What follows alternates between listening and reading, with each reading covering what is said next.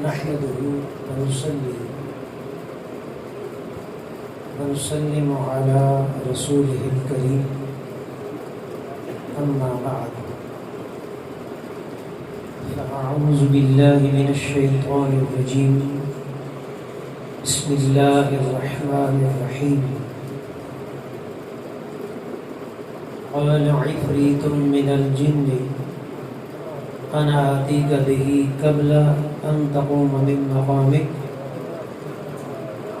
وإني عليه لقوي أمين صدق الله مولانا العظيم وصدق رسوله النبي الكريم إن الله وملائكته يصلون على النبي يا أيها الذين آمنوا صلوا عليه وسلموا تسليما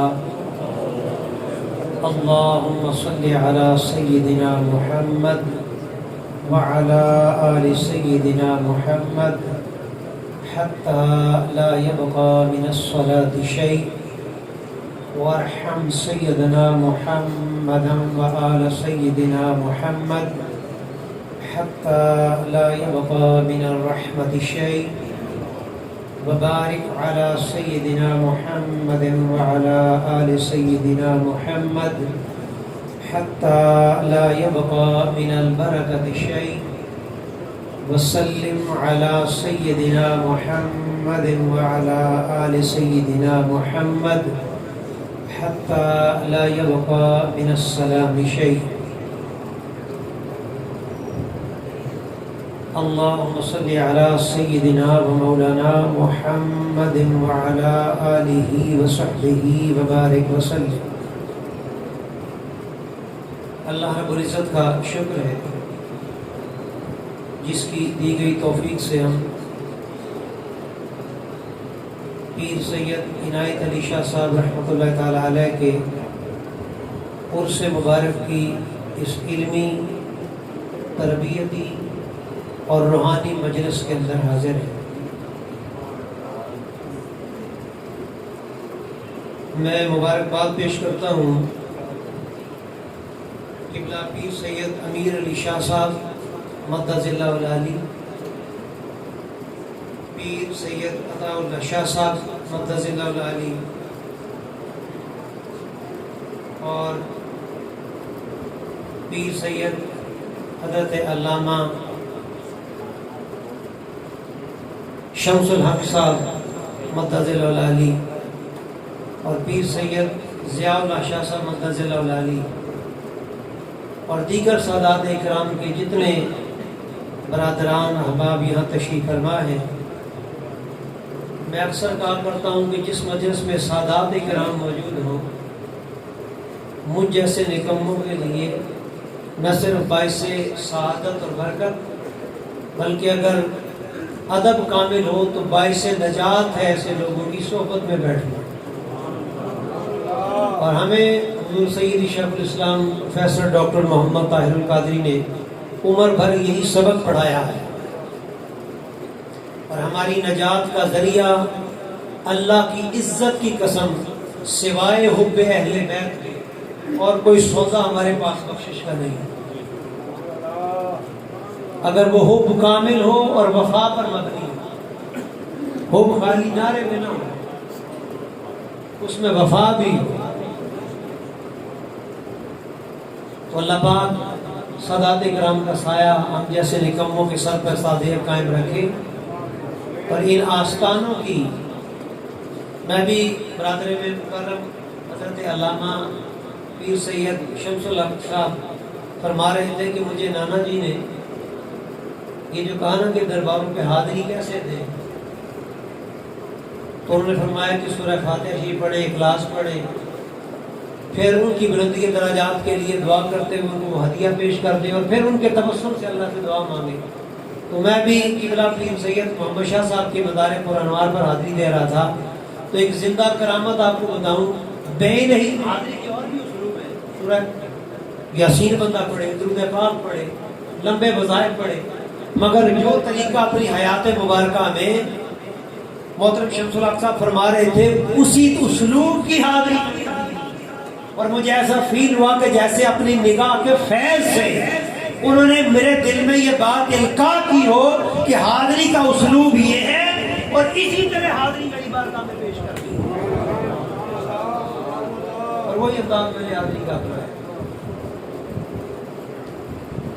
تو مضمون میرے ذہن میں کچھ اور تھا، مگر وقاص بھائی نے اور دیگر قبلہ شاہ صاحب نے بھی وہ ٹرینڈ چینج کر دیا، تو انشاءاللہ اس پر تھوڑی سی بات کریں گے تاکہ عملی بھی ہو۔ اور تحریک منہاج القرآن کا یہ خاصہ ہے کہ اسی کے ایک ہی کسی لیکچر اور گفتگو کے اندر عقیدے کی اصلاح کی بات بھی ہوتی ہے، اعمال کی اصلاح کی بات بھی ہوتی ہے، اور اس سے بڑھ کر پھر احوال کی اصلاح کی بات ہوتی ہے۔ اعمال شریعت کا ظاہر ہے، اور احوال اس کے ذریعے سے اترنے والے انوار جو دل پر وارد ہوتے ہیں ان کی کیفیات ہیں۔ اگر اعمال احوال نہ بدلے تو احوال مردہ لاش ہے۔ اس پر تھوڑی تھوڑی گفتگو جتنا وقت ہوا اللہ کو کریں گے۔ مجھے چند دوستوں نے ایک کلام کے بارے میں کہا، تحریک منہاج القرآن کا گوشہ درود ایک عظیم روحانی خانقاہ ہے، تو اس کے اندر بیٹھ کر میں نے قبلہ سید مشرف علی شاہ صاحب مدد اللہ علی، جو ایسی ہستی ہے کہ جتنی دیر جاگتے ہیں ان کے لب فقط حضور پر درود و سلام پڑھتے ہوئے گزرتے ہیں، صرف سونے کے اوقات میں وہ سوتے ہیں، باقی صرف بارگاہ مصطفیٰ میں درود پڑھتے ہیں۔ تو وہ مجھ سے اکثر ایک کلام سنتے ہیں، وہ کلام سنیں، اس کا ایک کو بیٹے کھول دیں جو کہ وہ عشق کی کیفیت ہے، مانگنا چاہ رہا ہے عاشق، مگر عشق وہ کہتا ہے کیا کہ ایسا عشق بس دل اندر جدو بولا تے سامنے تو ہوئے، آنکھ مٹا دسے صورت تیری، آنکھ کھولا تے سامنے تو ہوئے۔ کوئی جز وقتی شے نہیں کہ میلاد کے جلسے میں آئے، نعت سنی، درود سنا تو چند لمحوں کے لیے تصور رسول جم گیا، اور پھر جب اٹھ کے گئے تو پھر وہی دنوں کے بورے کر دے۔ نا کہتا ہے جب تک مسجد میں ہوں یا گھر میں ہوں، اپنے کاروبار حیات میں ہوں یا مصروف دنیا میں مصروف ہوں، ہر لمحہ ایسا عشق ملے کہ کسی لمحے یا رسول اللہ آپ کا خیال میرے دل سے نہیں اٹھا۔ آنکھ مٹا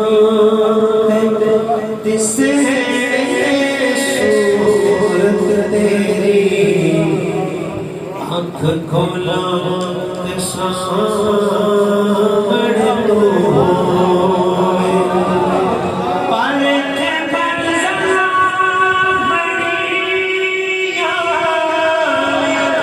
اوکھیاں نی، میں تیرے ٹر پڑیاں تیرے آسرے، میرا ہر منزل تے خیال رکھی، جدو ڈولا تے سامنے تو یہ دنیا کے اندر جب بندہ پروٹوکول دیکھے، لوگوں کی محبت دیکھے، ہجوم ہاتھ چومتے ہوئے تکے، خدمت کرتے ہوئے لوگ تکے، تو دل میں ہلچل مچتی ہے اور دل دنیا کی طرف مائل ہوتا ہے، رابطہ مالا اعلیٰ سے کٹتا ہے، اور بندہ رجوع الخلق ہوتا ہے، مادی دنیا میں غرق ہو جاتا ہے۔ شاعر کہتا ہے یا رسول اللہ جتنا بھی دنیا کی محبت ملے دل دنیا میں نہ جمے، یہ ہے دنیا کے وہ جس میں بندہ پھنس گیا ہے۔ اس لیے کہتا ہے کہ میرا ہر منزل تے خیال رکھی، جدوں ڈولا تے سامنے تو ہووے، جے روے سامنے صورت دل بر دی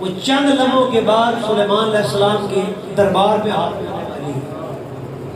یوں سمجھے کہ یہ جو روڈ ہے چکوال روڈ، اتنا فاصلہ سمجھ لے رہ گیا ہے، سمجھانے کے لیے ایک مثال کے طور پر یا چپر سینا کے دربار شریف کا جہاں روڈ سے تعلق ہے، بس اتنا مہینوں کا سفر طے کر کے ملک سبا سے سلیمان علیہ السلام کے دربار میں حاضری کے لیے چند منٹوں کے بعد وہ آپ کے دربار میں حاضر ہونے والی ہے۔ اور سلیمان علیہ السلام اللہ کا محبوب پیغمبر، وہ اپنے دربار میں بیٹھے ہوئے جس میں جن بھی ہیں، آپ کی صحابی بھی ہیں، ولی بھی ہیں، انہیں یہ ارشاد فرما رہے ہیں کہ میں ملکہ بلقیس کو اللہ کی قدرت کا ایک نظارہ کروانا چاہتا ہوں۔ تم میں کون ہے جو اس وقت ملک سبا جائے اور وہاں کئی وزنی ٹن جو ملکہ بلقیس کا تخت ہے وہ اٹھا کر لے آئے، تاکہ جب وہ ملکہ محل میں داخل ہو تو وہ اپنا تخت پڑا ہوا دیکھ کر حیران رہ جائے اور اسے یقین ہو جائے کہ اللہ کے پیغمبر کہ معجزات، تصرفات، اختیارات یہ عطائی ہوتے ہیں رب کی طرف سے۔ اب ملک سبا ایک مہینے کی مسافت پہ 1500 کلومیٹر دور، ایک مفسرین نے لکھا کتنا 1500 کلومیٹر، یوں سمجھ لیں یہاں کراچی کتنا فاصلہ ہوگا۔ اب یہ کوئی عقلی بات ہے کہ کوئی شخص جائے یہاں سے کراچی اور وہاں سے کوئی چیز لے آئے اور چپر سینا پہنچ جائے چند منٹوں کے اندر، یہ ممکن ہے؟ نہیں ممکن۔ مگر اللہ کا پیغمبر اس ناممکن بات کو ممکن بنانے کی فرمائش۔ تو قرآن مجید اس مقام پر کہتا ہے، سورہ نمل ہے، بسم اللہ الرحمن الرحیم، قال عفریت من الجن، ایک جن کھڑا ہو گیا، جن بھی آپ کے تابع تھے، جن کھڑا ہو گیا، اس نے کہا حضرت میں لے آتا ہوں۔ آپ نے فرمایا کتنی دیر میں لے آؤ گے؟ اس نے فرمایا اتنی دیر میں کہ انا آتی کا بہی قبل ان تقوم من مقامک، کہ آپ جس مقام پر بیٹھے ہیں اپنے تخت پر آپ کھڑے ہو، انا آتی کا بہی قبل ان تقوم من مقامک، اپنے مقام سے کھڑے ہونے میں جتنا وقت لگتا ہے اتنا وقت لے آتا ہوں۔ اب دیکھیں نا میں کرسی پہ بیٹھا ہوں، کھڑا ہونے میں کتنا وقت لگا بندے؟ اتنی دیر میں 1500 کلومیٹر پڑا ہوا تب وہ جن کہتا میں لے آتا ہوں۔ اب جن بھی اللہ کی مخلوق ہے، کوئی اللہ تو نہیں ہے، بھی اللہ ہی سے سب کچھ ہونے کا یقین ہو اور اللہ سے کے علاوہ کسی سے کچھ نہ ہونے کا یقین ہو، یہ دعوت دی جا رہی ہے۔ اور جن کہہ رہا میں لے آتا ہوں، جو بظاہر کام ناممکن نظر آتا ہے، اور پھر یہ نہیں آگے وہ اس قوت کی اضافت بھی اپنی طرف کرتا ہے۔ آج لوگوں کو تکلیف ہو جاتی ہے کہ غوث پاک کی تم بھی اذن، کہ اللہ کے اذن کے آپ کے علم سے مردے زندہ کیسے ہو گئے؟ لوگ سوال اٹھاتے ہیں، وہ کہتا ہے انی علیہ لقوی امین، میں اس کی طاقت بھی رکھتا ہوں۔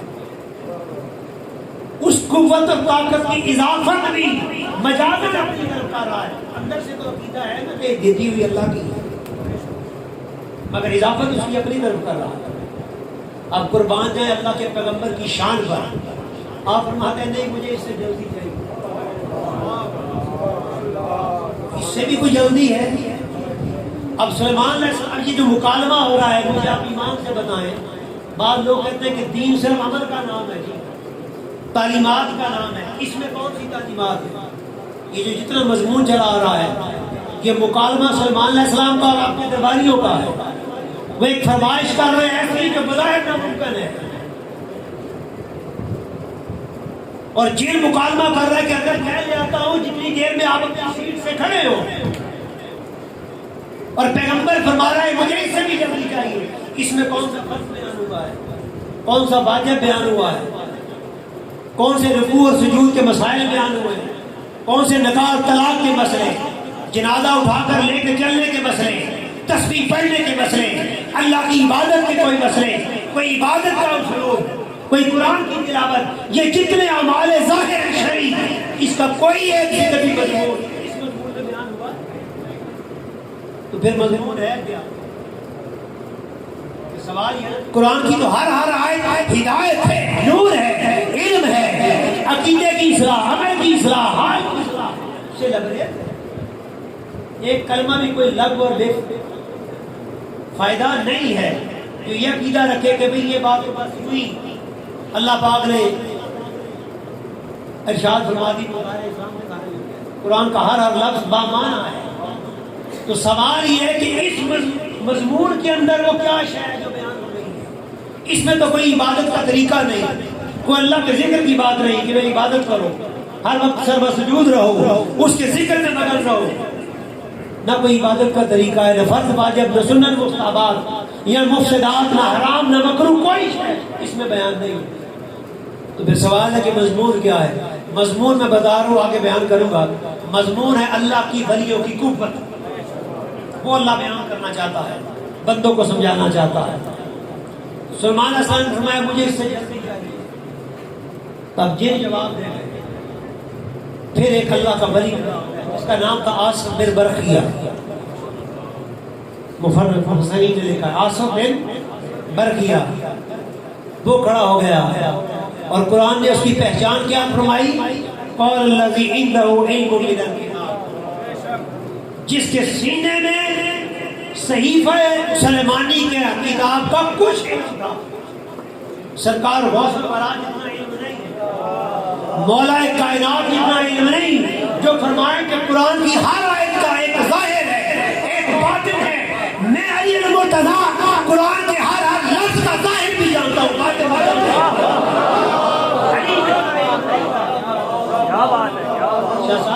جتنا علم نہیں تھا.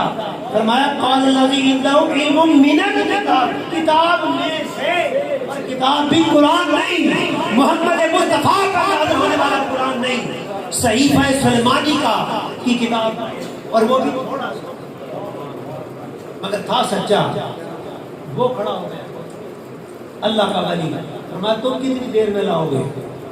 اس نے فرمایا قال عنده, فرمایا انا آتیک بہی این یرتد الیک طرفک, فرمایا حضرت اتنی دیر میں کہ آپ اپنی آنکھ جھپکیں اور جھپک کر کھولنے نہیں پائیں گے کہ تک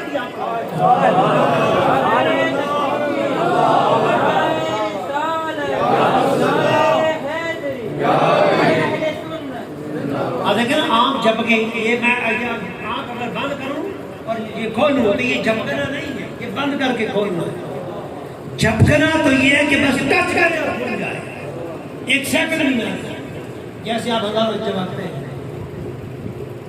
تو کتنی نادانی کی بات ہے. کوئی کہے جی کہ یار علی مدد کیسے کر سکتے ہیں, اللہ کے بندے علی نجف سے یہاں کیسے پہنچ سکتے ہیں؟ کہ عاصم بن برقیہ جو سلیمان علیہ السلام کی امت کا ولی تھا, وہ تو کہہ رہا کہ حضرت آنکھ جھپکے, اور آنکھ جھپکنے سے پہلے کھل نہیں پائے گی کہ تخت یہاں پر موجود ہوگا. اور پھر قرآن نے کہا اس نے خالی دعویٰ نہیں کیا, اگلے جب اب اس سے ایک اور نقطہ میں نے کہا نکات کہیں ہے, پھر اور طرف بات رہ جائے گی. ایک نقطہ تو یہ ملا کہ جب آنکھ جھپکنے کے بعد اس نے کھولی تو وہ تو وہیں کھڑا تھا, وہ تو وہیں کھڑا تھا. تو پھر وہ کون تھا جو لے آیا تھا؟ اس کا مطلب یہ ہے کہ اللہ پاک اللہ اپنے ولی کو وہ قوت عطا کرتا ہے کہ وہ ایک ہی لمحہ میں اپنے وجود جسدی اور وجود مثالی کے ساتھ کئی مقامات پر موجود ہوتا ہے, اپنی توجہ کے ساتھ. یہی وجہ کہ سرکار غوث العظم شیخ عبد القادر جیلانی ایک مرید آپ کی بارگاہ میں آئے, عرض کی حضرت میرے گھر میں آنے ہے. آپ نے فرمایا ٹھیک ہے, قبول فرمایا. تھوڑی دیر کے بعد ایک دوسرا مرید آیا, حضرت میرے گھر میں شک فرمایا. آپ نے فرمایا ٹھیک ہے تیرے گھر میں آئے. کرتے کرتے 40 مرید آئے, آپ نے سب سے مانا فرمایا. اگلی صبح فجر کے وقت ہر کوئی خوش تھا کہ سرکار میرے گھر میں تشریف لائے. آپ کے بیٹے حضرت عبد الرزاق وہ فرمانے لگے بھی کیوں جھگڑتے ہو؟ جھگڑنے لگے نا. اس نے کہا نہیں آپ تو میرے گھر میں تھے, اس نے کہا نہیں تو میرے گھر میں تھے. تو جھگڑ رہے تھے, آپس میں بحث کر رہے تھے. آپ کے صاحبزادے نے فرمایا بھی جھگڑتے کیوں ہو, سرکار تو کل اپنے گھر میں موجود. تو کوئی کہے یہ کیسے ہے؟ ایسے ہی ہے جہاں قرآن سے پوچھو, سورہ نمل کھولو, سلیمان کے عاصم بن برقیہ سے پوچھو, وہ آنکھ جھپکنے سے پہلے بھی سلیمان دربار سلیمانی میں موجود تھا, اور پھر ملک سبا بھی گیا, راستے کا سفر بھی کیا, وہاں سے تخت بھی اٹھایا, لے بھی آیا,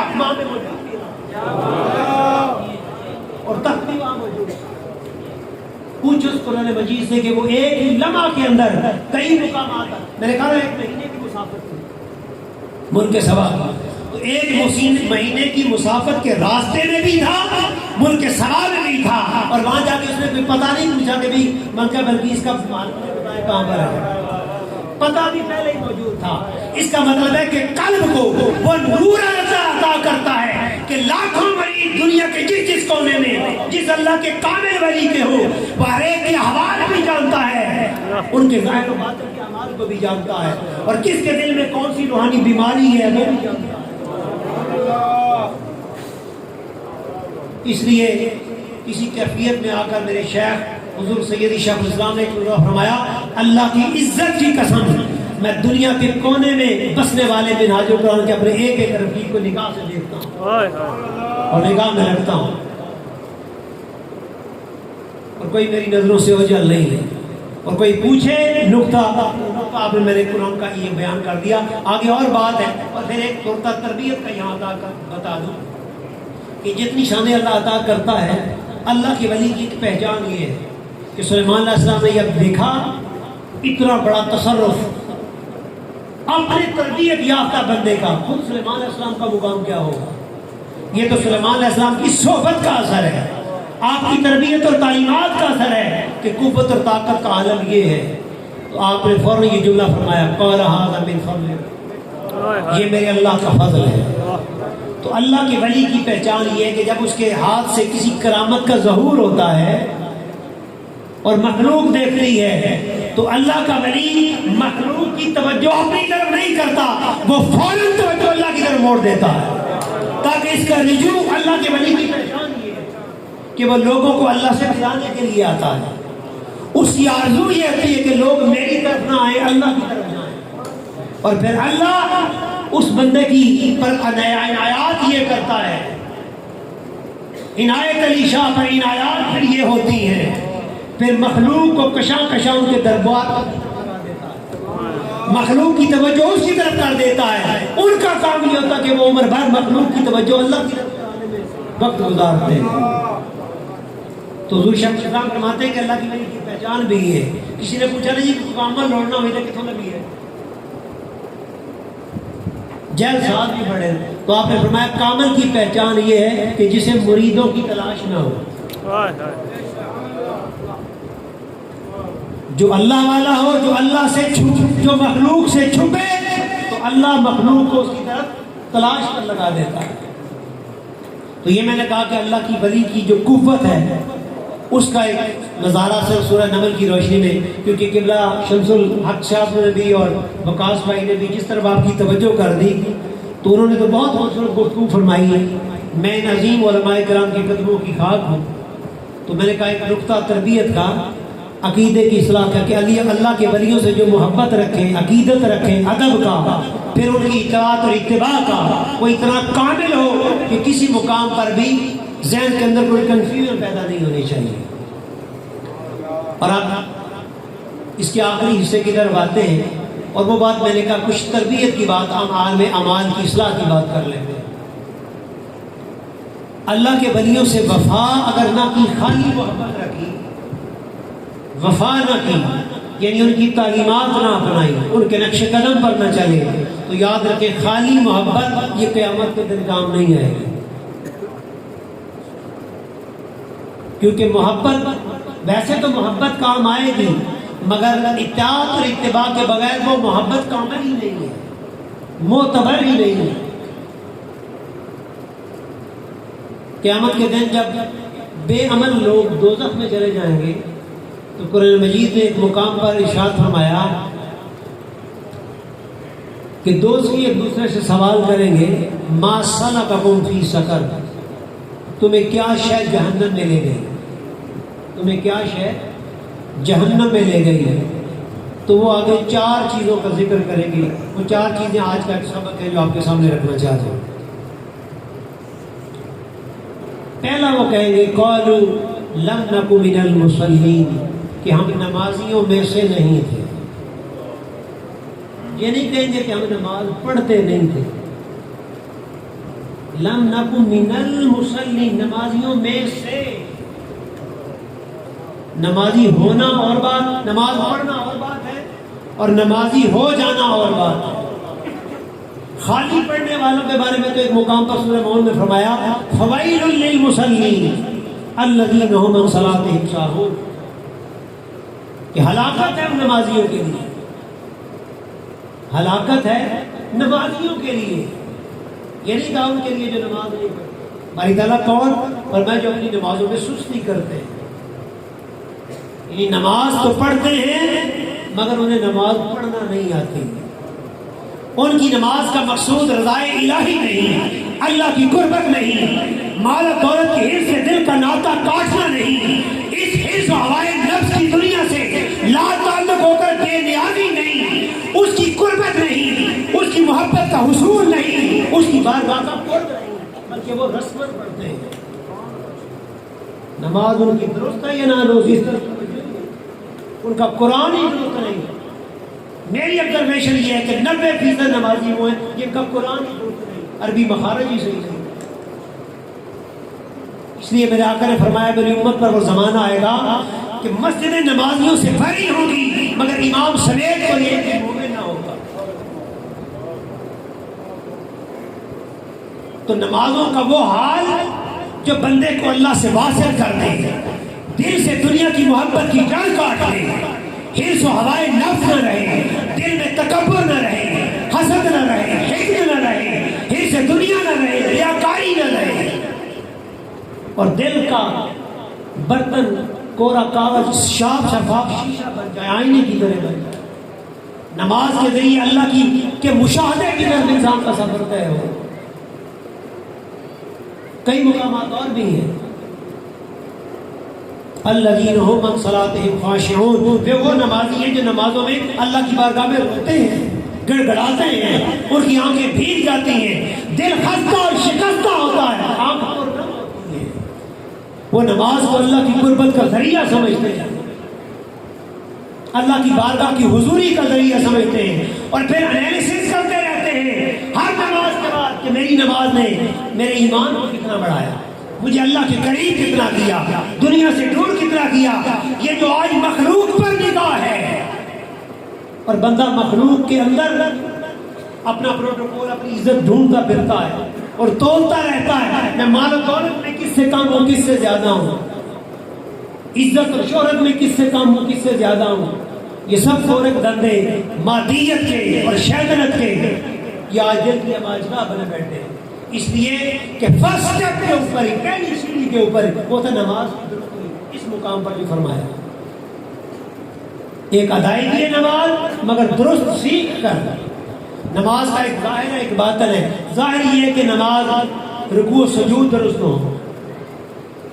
ایک شخص نے ایک مرتبہ نماز ادا کی، حدیث پاک ہے، میرے آقا نے فرمایا جاؤ دوبارہ نماز پڑھو۔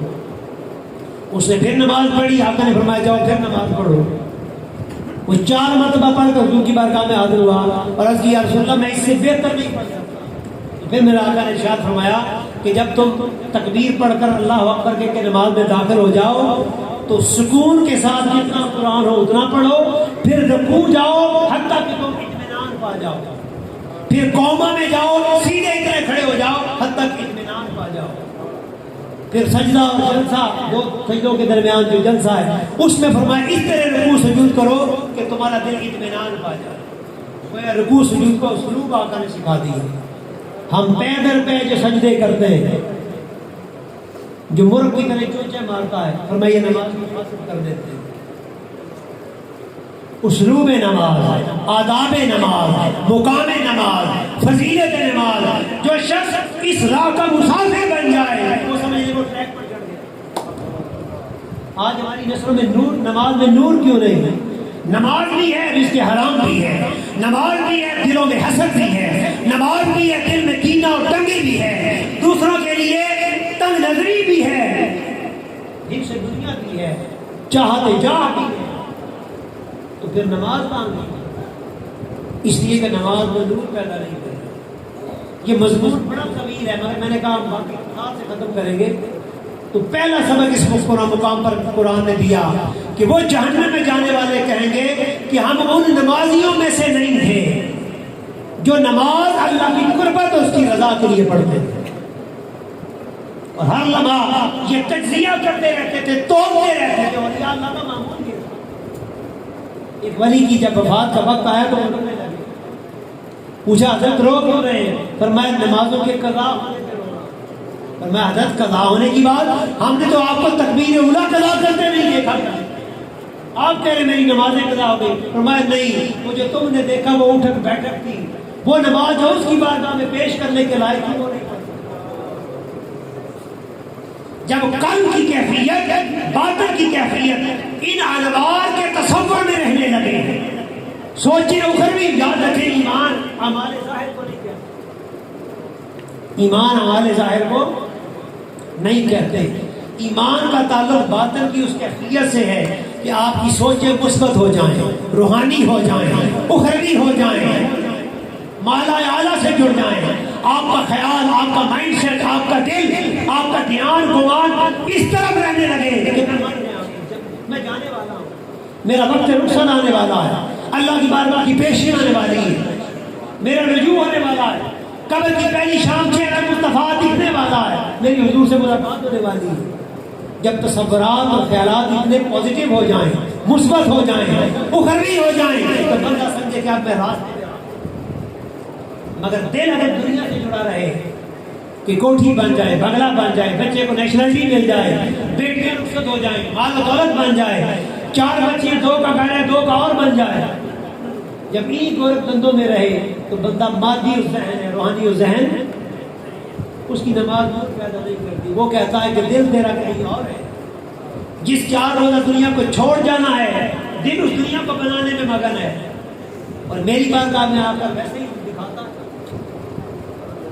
تو پہلا سبق تھا، وہ کہیں گے لم نکن من المصلین، ہم نمازیوں میں سے نہیں تھے، اور دوسرا کہیں گے ولم نکن نطعم المسکین، ہم مسکین کو کھانا نہیں کھلاتے، معاشرے میں پھیلی ہوئی غربت کی پرواہ نہ کرتے تھے، انسانیت سسک رہی تھی، ظالم ظلم کی آخری حدوں کو چھو رہا تھا، اور مظلوم اسفل سافلین کی گہرائیوں میں پس رہا تھا، مگر اے نماز پڑھنے والے، تو نے اس کے کھانے کا بندوبست نہیں کیا، اس کی غربت کو دور کرنے کے لیے کوئی کوشش نہیں کی، سسکتی انسانیت کو، بلکتی انسانیت کو تو نے اس کے رحم و کرم پہ چھوڑ دیا۔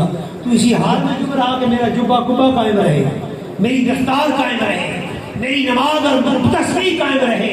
دوسرا سبق یہ دیا کہ ایسی تسبیح جو بندے کو پسے ہوئے طبقات کی محرومیوں سے بندے کو لاپرواہ کر دے، وہ تسبیح کی کام نہیں ہے۔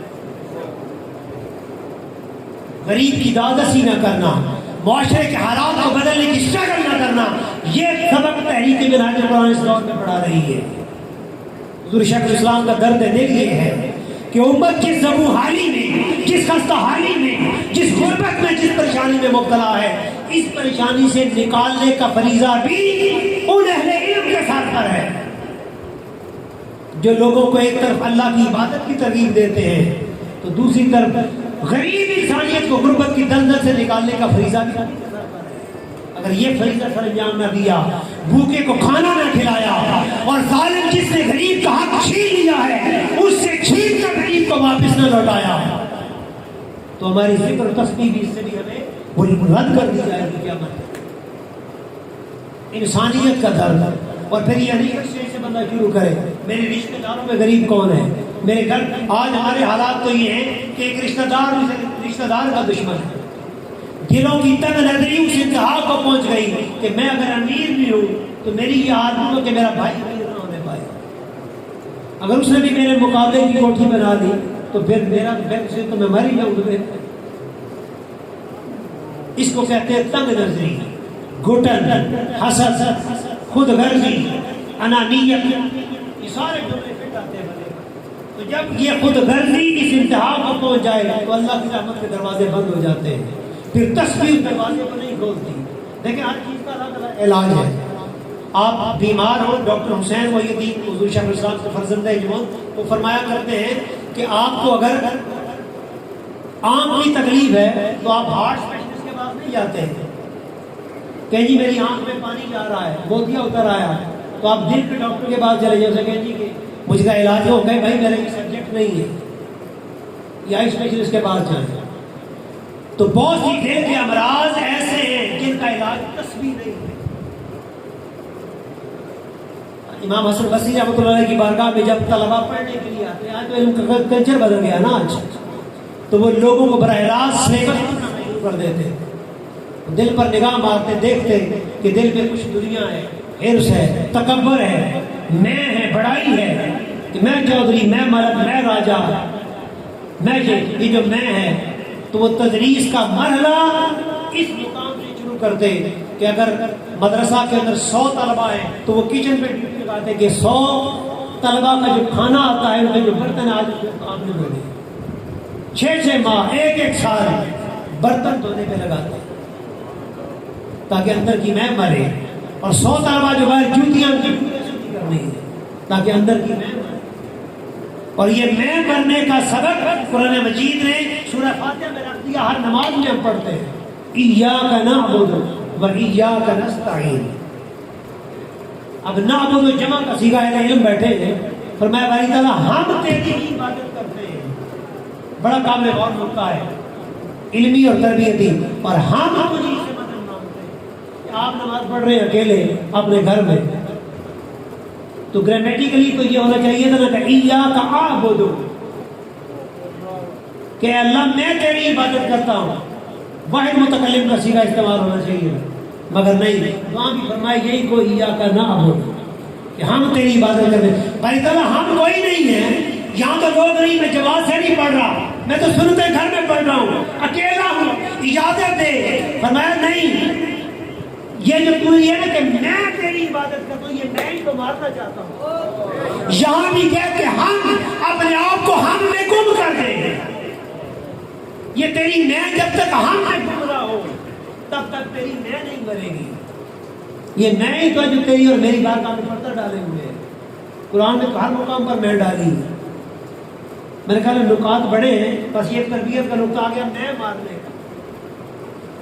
اور ایک اور مقام ہے، ابراہیم علیہ السلام نے جب اسماعیل علیہ السلام کو یہ اپنا خواب سنایا کہ بیٹے تمہیں سوا کر رہا ہوں، تیری کیا رائے ہے؟ تو آگے ایک جملہ ارشاد فرمایا کہ ابا جان آپ کر لیے جو آپ کو حکم ہوا ہے، ستجدنی انشاءاللہ من الصابرین. یہاں حضور شیخ الاسلام فرماتے ہیں کہ بڑا قابل غور ہوتا ہے. ادب کا عالم دیکھیں. ادب یہ کہ یہ نہیں کہا کہ اللہ اے ابا جان آپ کر لیے جو عمل آپ کو حکم ہوا ہے کہ میں صبر کروں، یہ کہا ہی نہیں، میں کہا ہی نہیں. آغاز کیا کہ ستجدنی انشاءاللہ، اگر اللہ نے چاہا. پہلے تو اس کی توفیق کی طرف منسوخ کر دیا کہ اس کے چاہے بغیر میں کچھ بھی نہیں، اور پھر بھی اپنی بات نہیں کہا. فرمایا انشاءاللہ من الصابرین، اگر اس نے چاہا تو آپ مجھے پائیں گے صبر کرنے والوں کی کسی قطار میں. یہ کہانی میں صبر نہیں کروں گا، صابروں میں گم کر دیا اپنے آپ کو، اس کے مقرر بندوں میں گم کر دیا. اللہ کے پیغمبر نے اور تعلیم دے کہ میں ختم کر دوں، اپنے آپ میں گم کر دوں. کہ جب تک بندہ اپنی ہستی سے الگ نہ ہو، گم نہ ہو، منزل نہیں ملتی. دل کے اندر دل کو وہ طہارت نہیں ملتی جس کے اندر اس کے انوار اترے، اس کی تجلیات اترے. آج دل اگر اندھیروں میں ہے، حسد میں ہے، بغض میں ہے، کینہ میں ہے، اور اس کے انوار و تجلیات سے محروم ہے، تو اس محرومی کی وجہ یہ ہے کہ زبان پر ذکر ہے مگر دل میں حسد بھی ہے، تکبر بھی ہے، ریا بھی ہے، اور حرص دنیا بھی. اور تیسری چیز کئی بار 2-4 منٹ میں بات ختم کرتے ہیں. تیسری چیز انہوں نے کہی کہ وَكُنَّا نَخُوضُ مَعَ الْقَاعِدِينَ. تیسرا یہ تھا کہ ہم لغو اور بےہودہ گفتگو بیٹھ کر کرنے والوں میں بیٹھ کر بےہودہ گفتگو کرتے ہیں. آج کا نوجوان، یہ بیٹے جوان بیٹھے ہیں، انہیں ایڈریس کر رہا ہوں بیٹے. آج موبائل کی اسکرین کے اوپر جو کچھ آج کا نوجوان دیکھتا ہے وہ اصلاح کرے. دیکھیں لغو اور بےہودہ گفتگو اور لغو اور بےہودہ مناظر اور فوج مناظر، یہ جہنم کا ایندھن ہے.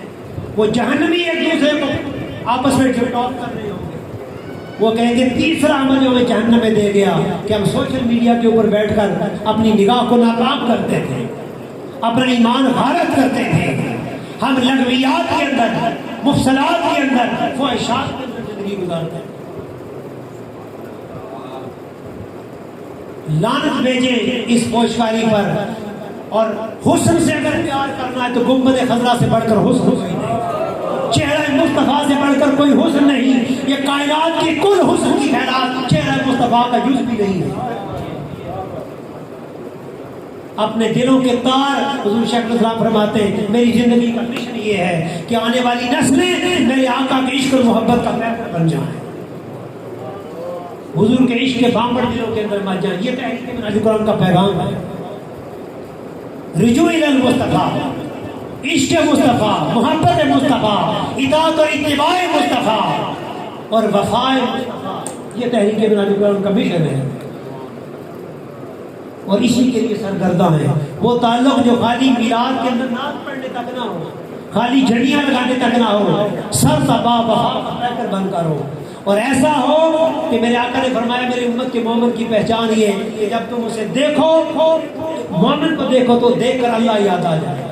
وفا ایسی ہو جو آپ کے چہرے پر نگاہ ڈالے اسے حضور یاد آ جائے۔ بھئی یہ لگتا ہے حضور کا وفادار ہے۔ یہ دیکھیں نا دیکھا شاہ صاحب سادات بیٹھے ان کے چہروں پر نگاہ ڈالے، دیکھتے ہی دیکھتے ٹھنڈک ہوتی ہی نہیں، چہرے ایسے بنانے حضور سے وفا کرنے والے۔ آپ کی گفتگو نہ سنے کوئی، چہرہ دیکھ کر خدا یاد آئے۔ فرمایا دوسری پہچان یہ کہ جب ان کی گفتگو سنو تو تمہیں دین کی حکمت نصیب ہو جائے، علم مل جائے، ذہنوں کے بند کفر ٹوٹتے ہوئے دکھائی دے، دل کے اندر کچھ ڈرتا ہوا دکھائی دے، بے حسی کے سارے تالے ٹوٹتے ہوئے محسوس ہو، اور تم فیل کرو کہ اس مجلس میں، اس عالم کی مجلس میں بیٹھ کر مجھے کچھ ملا ہے، کچھ سبق ملا ہے، کچھ علم ملا ہے، کچھ فکر ملی ہے۔ اور میں دوسری پہچان یہ ہے کہ جب اس کی گفتگو سنو تو تمہیں دین کی حکمت نصیب ہو جائے، اور تیسرا فرمایا جب تم اس کا عمل دیکھو تو تمہیں آخرت یاد آ جائے۔ اور چوتھا آخری فرمایا وَكُنَّا نُكَذِّبُ بِيَوْمِ الدِّينِ، اور چوتھی ان کی ہوگی کہ وہ آخرت کے دن کو جھٹلاتے ہیں۔ ہم عملاً اعتقاداً تو نہیں جھٹلا رہے، سب کہتے ہیں قیامت آئے گی، مگر اعتقاداً تو نہیں جھٹلا رہے، عملاً جھٹلا رہے ہیں۔ اور آپ کہیں عملاً کیسے جھٹلا رہے ہیں؟ اس کا ذکر سورہ مومن میں ابتدا میں فرمایا أَرَأَيْتَ الَّذِي يُكَذِّبُ بِالدِّينِ، کیا آپ نے ایسے شخص کو دیکھا ہے جو دین کو جھٹلاتا ہے؟ ترکیب والی تعالیٰ کون ہے؟ فرمایا فَذَلِكَ الَّذِي يَدْعُو الْيَتِيمَ، یہ وہ جو یتیم کا حق ادا نہیں کرتا اس کو دھکے دیتا ہے۔ تو یہاں عملاً فرمایا یتیم کی پرواہ نہ کرنے والا، غریب کو اس کے حقوق کی بازیابی کی جنگ نہ لڑنے والا، پسے ہوئے طبقات کو پاؤں پر کھڑا ہونے کی جد و جہد نہ کرنے والا، معاشرے میں پھیلی ہوئی بے حسی کو بیداری میں تبدیل کر کے امت کو راہ دکھانے کی کوشش نہ کرنے والا، فرمائیے آج ہم اسی سینیریو میں ٹریول کر رہے ہیں۔ آؤ ہم اس فکر سے جڑ جائیں کہ اولاً اس کی بارگاہ کا سجدہ پنجگانہ نماز کی شکل میں اس سے اپنا تعلق اس طرح جوڑیں کہ پھر زندگی میں کچھ ہو یا نہ، اور پھر غریب کے حقوق کی بازیابی کی جنگ اور جد و جہد، ہر ظالم نظام کا تخت لٹنے کے لیے، ہر ظالم کو کیفر کردار تک پہنچانے کے لیے، ہر یزید کے سامنے حسین کا غلام بن کر کھڑا ہونے کے لیے ہم سینہ سپر ہو جائیں اور نڈر ہو کر میدان کارزار میں اتر جائیں، اور پھر ایک نئی کربلا بسانے کا ماحول پیدا کریں۔ جب تک حسین کی غلامی کا پٹا گلے میں ڈال کر کربلا کا سفر پھر سے رخت سبق باندھنے کا عزم و ہمت ہم میں نہیں آتی، کبھی معاشرے کی کایا نہیں پلٹتی۔ اور آخری جملہ یہ، اس کا ایکو بیٹے کھول دے جانا، گلا پکڑا ایکو کھول دے جس کا نام نہیں کھولا جاتا۔ اور دوسرا یہ کہ میں ادب کا پیکر بن جائیں، اور ادب اپنے ماں باپ کا، اپنے شیخ کا، سادات کا، ان ہستیوں کا، اللہ کی عزت کی قسم جو علم اور معرفت کا نور ادب سے ملتا ہے وہ کتابوں کی اسٹڈی سے بھی نہیں ملتا۔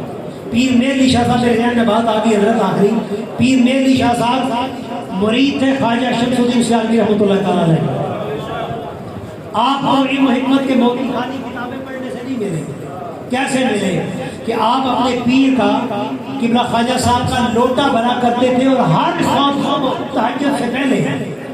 تہجد سے پہلے آپ خاردار جھاڑیوں اندھیرا ہوتا جاتے تو چراستے میں چھوٹا سا نالا تھا، تو پانی ٹھنڈا تھا سردیوں میں، تو آپ ایک چھوٹا سا کچا پل بنا کے آتے تھے پیر میرعلی شاہ صاحب کہ خواجہ صاحب اس پل سے گزر جائیں، آپ کا پاؤں مبارک اندھیرے میں کہیں نالے میں نہ پڑ جائے. تو آپ ہر روز جاتے ادب بناول لے کے تاکہ تہجد کے وقت سے پہلے پل بنا کے آتے. ایک شام پل بنا کے آئے، اندھیری رات میں موسلادھار بارش ہوئی، پل ٹوٹ گیا. قبلہ پیر میرعلی شاہ صاحب پریشان ہو گئے، فرمایا وہ نماز تہجد کا وقت ہو گیا، پل تو ٹوٹ گیا. فوراً گئے جانے کا خواجہ صاحب کی آمد سے پہلے دیکھا پل ٹوٹا ہوا ہے، مٹی بھی گیلی ہے دائیں بائیں، سوکھی مٹی نہیں مل بنانے کا. تو ٹھنڈے پانی میں خود اتر گئے اور رکوع کی حالت میں جس طرح ہوتا ہے نالے کے اندر کمر بچھا کر پل خود اپنے پشت کو پل بنا کر قبلہ خواجہ شمس الدین سالمی رحمۃ اللہ علیہ تشریف لائے، پیر میرعلی شاہ صاحب کی پشت پر قدم رکھ کر پار کیا اور پار کرتے ہی پیر میرعلی کو اٹھا لیا اور ہمارا پتر میرعلی اور اٹھا کر سینے سے لگایا. ایک سیکنڈ کے اندر علم و حکمت کے، فکر و دانش کے، شعور و آگہی کے، علم ظاہر کے، علم باطن کے، علم کسبی کے، علم لدنی کے سارے چشمے ایک منٹ کے اندر آپ کی میری نعرہ تکبیر، نعرہ رسالت، نعرہ حیدری. عادت سے نہیں ملتا ہے. آپ ان سادات کی ہستیوں سے جڑ جائیں، ان کی قدم بازی کریں، ان سے پیار کریں، ان کی خدمت کریں، اللہ کی عزت کی قسم اور لقب آ جائے گا. اگر دل میں صدق ہو، اور صدق کیا ہے؟ ان کی خدمت اللہ کے پانے کے لیے، اللہ کی محبت کے لیے ہو، میرے آقا کی محبت و قربت کے لیے ہو. ان کے قدموں سے جڑ جائیں، اللہ آپ کو اپنی محبت عطا کر دے. تو سبب یہ ہے کہ ان ولیوں سے جڑ جائیں، ان درباروں سے جڑ جائیں، ان سے پیار کریں. اور جڑنے کے لیے نیت یورپ کی نیشنلٹی کے لیے نہیں، بیٹی کی شادی کے لیے نہیں، بیماریوں میں ٹلنے کے لیے نہیں، عقیدت رکھیں ان سے اللہ کے لیے، اللہ کو پانے کے لیے. اور ادب کا ذکر کرتے ہوئے میرے بھائی نے کہا وقار شاہ صاحب نے کہ ادیب رائے کو یہ پیغام دیتے ہیں کہ ادب کیا ہے بارگاہ مصطفیٰ میں چپ کھڑا ہوا ہوں دربار مصطفیٰ میں چپ